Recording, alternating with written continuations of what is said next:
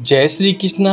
राधे राधे। श्री कृष्ण कहते हैं कि खुश रहना है तो जिंदगी के फैसले अपनी परिस्थिति को देखकर लें। दुनिया को देखकर जो फैसले लेते हैं वो दुखी रहते हैं। जिंदगी में हैरानी भी होती है और बहुत परेशानी भी होती है।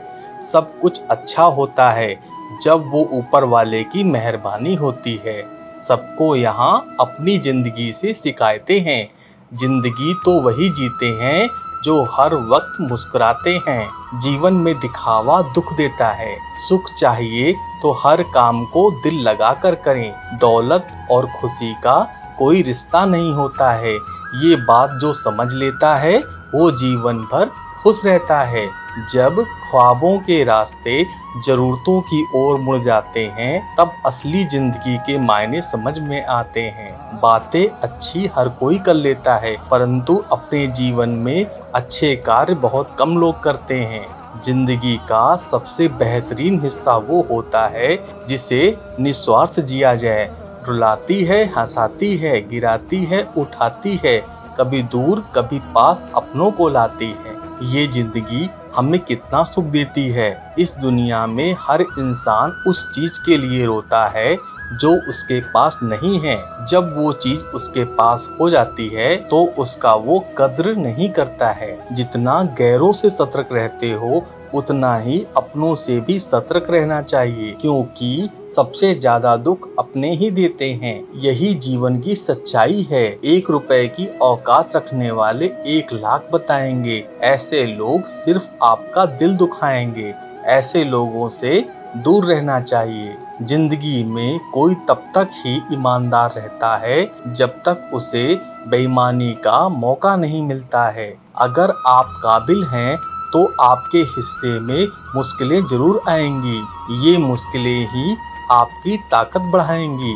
बेवजह और बेकार समय जो सोते हैं वो जिंदगी भर रोते उम्र भर बोझ उठाते हैं। अगर जिंदगी में सुकून चाहते हैं तो फोकस काम पर करो, करोड़ों लोगों की बातों पर नहीं। जिन्हें खुद पर भरोसा नहीं होता है वो अक्सर भाग्य और दूसरों को दोष देते हैं। जिन्हें खुद पर भरोसा होता है वह सिर्फ कोशिश करते हैं। आज के दौर में छोटी सोच वालों की संख्या ज्यादा बढ़ रही है, जो दूसरों को सिर्फ नीचा ही दिखाने का प्रयास करते हैं। जीवन में जो बुराई से दूर रहते हैं वही तरक्की के लिए तैयार होते हैं। जीवन में तभी कुछ कर पाओगे जब मुसीबत से नहीं घबराओगे। अपनी जिंदगी में ये हमेशा याद रखना कि आप कितने भी अच्छे हो, अगर बुरे लोग हैं तो आप गलत हैं। ये सीखें कि अगर आप कितने भी बुरे और अच्छे लोगों के साथ हैं तो कुछ अच्छा ही सीखेंगे। जिंदगी का एक वसूल बना लो, किसी का दिल नहीं दुखाएंगे।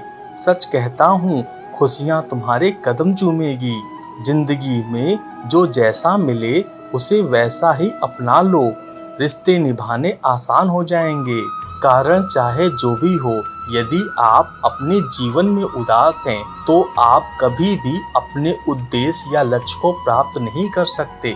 जो व्यक्ति दूसरों की निंदा करने में लगता है या उसमें दोष निकालता है वो अपने जीवन की कमियों और दोष पर कभी भी ध्यान नहीं दे पाते हैं और उसके यही दोष उसकी असफलता का कारण बनते हैं। चिंता चिता के समान होती है जो जिंदा इंसान को जलाकर राख कर देती है। जीवन के उद्देश्य को पाने के लिए चिंतन करें, ना कि चिंता। दिखावा वही करता है जो अज्ञानी और अहंकारी होता है। यदि आपके अंदर अज्ञान और अहंकार है तो आप जीवन में कभी भी सफल नहीं हो सकते। तनाव में रहने से व्यक्ति अस्वस्थ हो जाता है और वह किसी कार्य को अच्छी तरह नहीं कर पाता है। जो लोग जीवन के उद्देश्य को जानते हैं वो लोग दूसरों को बताते नहीं हैं और जो नहीं जानते हैं वो दूसरों को बताते हैं।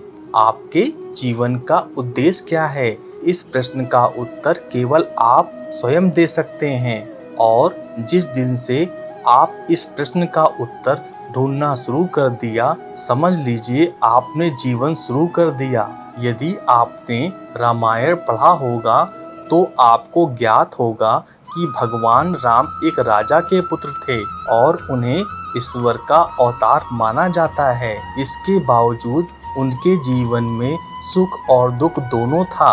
यदि प्रभु श्री राम के जीवन में दुख ना होता तो मर्यादा पुरुषोत्तम श्री राम ना कहलाते। एक बात हमेशा याद रखें, इस पृथ्वी पर जो भी व्यक्ति आया है हर एक का जीवन सुख और दुख से भरा पड़ा है। हर एक का जीवन सुख और दुख से भरा पड़ा है। श्री कृष्ण कहते हैं जो बीत गया उसे आप बदल नहीं सकते और जो आने वाला है उसे आप जानते नहीं हैं। इसलिए भूतकाल और भविष्यकाल की चिंता छोड़ दें। आप आज जो कर्म करेंगे उसी का परिणाम आपको भविष्य में मिलेगा।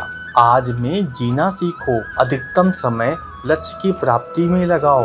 दूसरों में कमियां ढूंढना हमारी सबसे बुरी आदत है।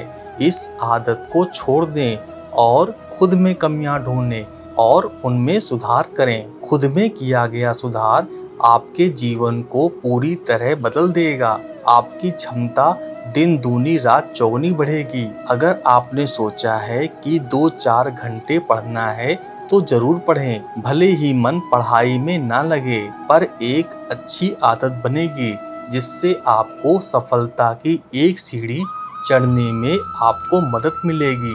त्याग करना सीखें। कई बार क्षणिक सुख के लिए हम अपना कीमती वक्त बर्बाद करते हैं। दोस्तों से ज्यादा समय तक फिजूल की बातें करना, ज्यादा देर तक टीवी देखना। कई बार जब हम पढ़ाई करते हैं तो ऐसे दोस्तों के साथ रहते हैं जो पढ़ाई में बाधा बनते हैं, उन्हें हम छोड़ नहीं पाते हैं। जरूरतमंद की हमेशा मदद करें, उतनी मदद करें जितनी आप कर सकते हैं। इस आदत की वजह से मन में सकारात्मक विचार आते हैं और हृदय प्रसन्न रहता है। इससे जीवन में आनंद और खुशी भर जाती है। खुश होकर जो भी कार्य करेंगे वह बेहतरीन होगा।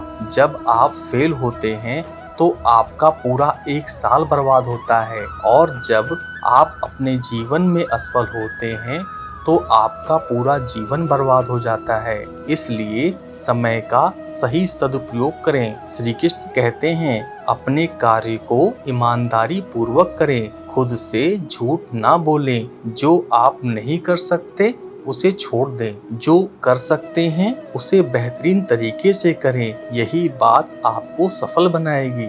समाज परिवार के डर से निर्णय ना लें। जब सफल होंगे तो सब आपकी तारीफ करेंगे। समस्या का समाधान ढूंढना बहाना नहीं है, क्योंकि असफल लोग ही सबसे अधिक बहाना ढूंढते हैं और सफल लोग समाधान ढूंढते हैं। अगर इस दुनिया में कोई भी काम जो आप दिल से करना चाहते हैं तो उसका आपको इस दुनिया में एक ही ऐसा इंसान है जो कर रहा है, तो आप भी खेल खेल में उस काम को कर सकते हैं। गिरते रहो, भटकते रहो, सीखते रहो, लेकिन कभी हार मत मानो। जब लोग आपकी नकल करने लगे तो समझ लेना जिंदगी में सफल हो रहे हो। कमाओ, कमाते रहो और तब तक कमाओ जब तक महंगी चीज सस्ती ना लगने लगे। एक कक्षा में अध्यापक छात्रों को पढ़ा रहे थे, तभी कक्षा के 2 छात्र आपस में झगड़ने लगे। उनका झगड़ा देखकर अध्यापक ने पूछा, क्या बात है, तुम दोनों ऐसे झगड़ क्यों रहे हो? तुम दोनों ऐसे झगड़ क्यों रहे हो?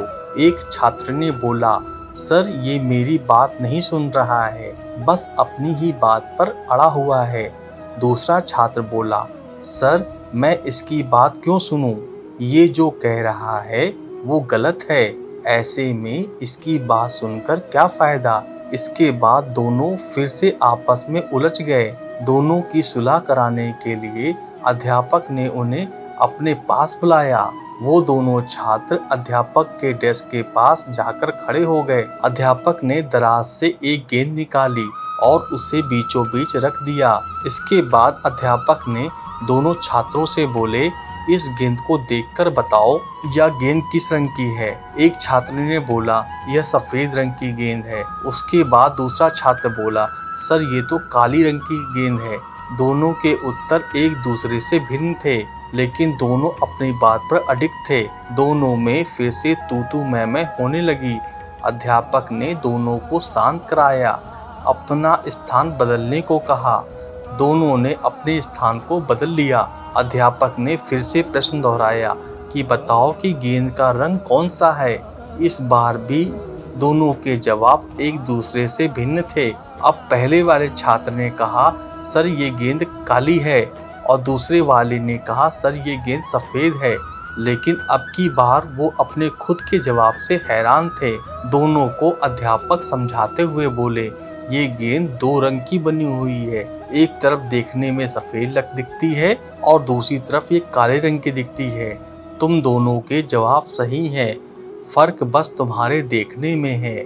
जिस जगह से तुम इस गेंद को देख रहे हो वहां से तुम्हें वैसा ही रंग दिखाई दे रहा है।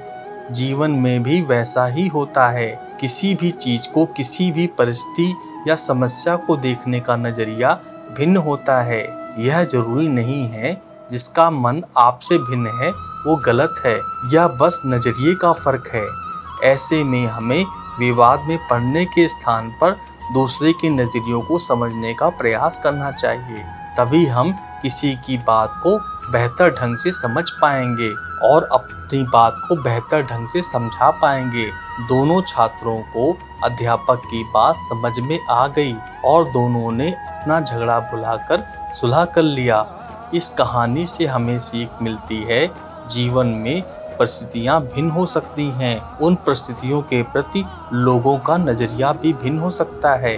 हम अक्सर किसी भी परिस्थिति को जाने बिना अपनी टिप्पणी दे देते हैं और अपनी बात पर अड़ जाते हैं। ऐसे में विवाद या बहस की स्थिति निर्मित होती है जो अतः संबंध बिगड़ने का कारण बन जाती है। इसलिए किसी भी बात पर अपनी टिप्पणी देने से पहले परिस्थितियों के मामले की अच्छी तरह जानकारी लेनी चाहिए। साथ में यदि मन भिन्नता की स्थिति बने तो दूसरे के नजरियों को समझने की कोशिश करना चाहिए ताकि विवाद नहीं बल्कि बेहतर संवाद स्थापित हो सके। दोस्तों, यह वीडियो यहीं पर समाप्त होती है। मैं आशा करता हूँ आपको यह वीडियो बहुत पसंद आई होगी। मिलते हैं एक नई वीडियो में, तब तक अपना ख्याल रखिएगा। जय श्री कृष्णा, जय श्री कृष्णा, जय श्री कृष्णा।